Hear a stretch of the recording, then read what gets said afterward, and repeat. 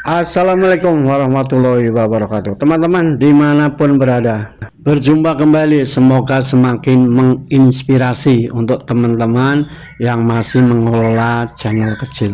Let's go. Izin berbagi ya teman-teman, bukan salah benar, namun kita sebaiknya menggunakan cara-cara seperti ini.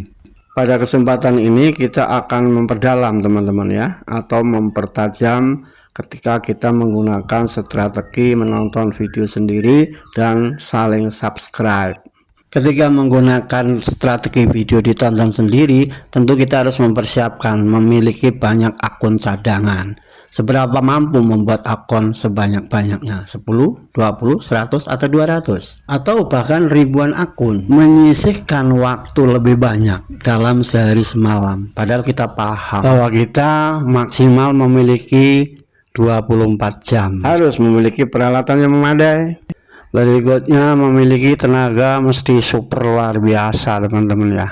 Cuma pertanyaannya, sanggupkah waktu istirahat tersita hanya untuk mengejar jam tayang dengan menonton video sendiri? Tertangkap kan teman-teman maknanya? Setelah dimonetisasi, ketahuan oleh sistem YouTube, video ditonton sendiri. Tentunya ini pekerjaan sia-sia ya teman-teman. Sarannya stop menonton video sendiri apapun ceritanya kalau hanya untuk mengejar jam tayang. Ujung-ujungnya mempersulit channel kita sendiri teman-teman ya, apalagi setelah dimonetisasi semakin pusing tentunya. Bila mana ada yang berpendapat itu kan untuk mengejar 4000 jam tayang dengan cara cepat agar dapat monetisasi. Terus setelah monetisasi siapa yang menonton? Untuk apa visibilitas dibikin publik? Bagaimana dengan strategi saling subscribe? Agar aman, menonton 3-5 menit baru lakukan subscribe. Berlanjut, komentar minta di subscribe balik. Ketika tidak di subscribe balik, cenderung untuk melakukan unsubscribe. Itu manusiawi ya teman-teman, tidak ada yang salah di situ. Namun persoalannya adalah akan membentuk pola pikir kita menjadi tidak berkembang, apalagi dilakukan terus-menerus, menjadi tidak produktif dan tidak kreatif. Waktu kita, pikiran kita, konsentrasi kita hanya untuk memikiri subscribe kah, unsubscribe.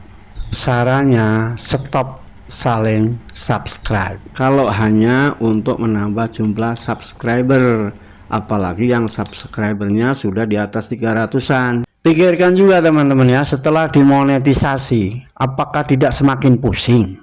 Apakah bisa dapat gaji? Apakah lancar dapat gajinya? Apakah aman akun tidak kena banned? Apakah YouTube tidak melakukan verifikasi kembali? Pertanyaan-pertanyaan semacam itu teman-teman ya, yang bisa kita jadikan sebagai pola pikir kita yang mengelola channel kecil. Channel ini pernah punya pengalaman kesalahan yang cukup fatal ya.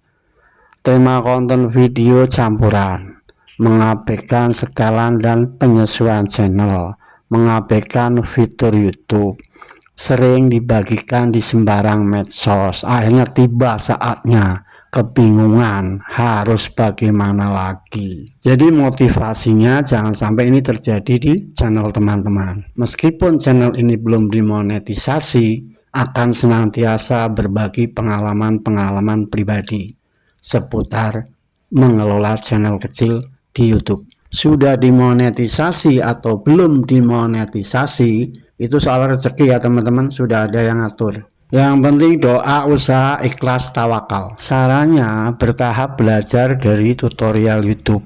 Jangan lupa diseleksi ya teman-teman, tutorial YouTube yang benar-benar tutorial gitu. Seperti di video sebelumnya, bertahap belajar editing seperlunya. Atur segmentasi atau bagian video urut-urutannya agar lebih menarik penonton. Sesuaikan durasi video, jangan terkesan untuk memaksakan panjang atau bertele-tele. Jadikan satu tema kalau bisa.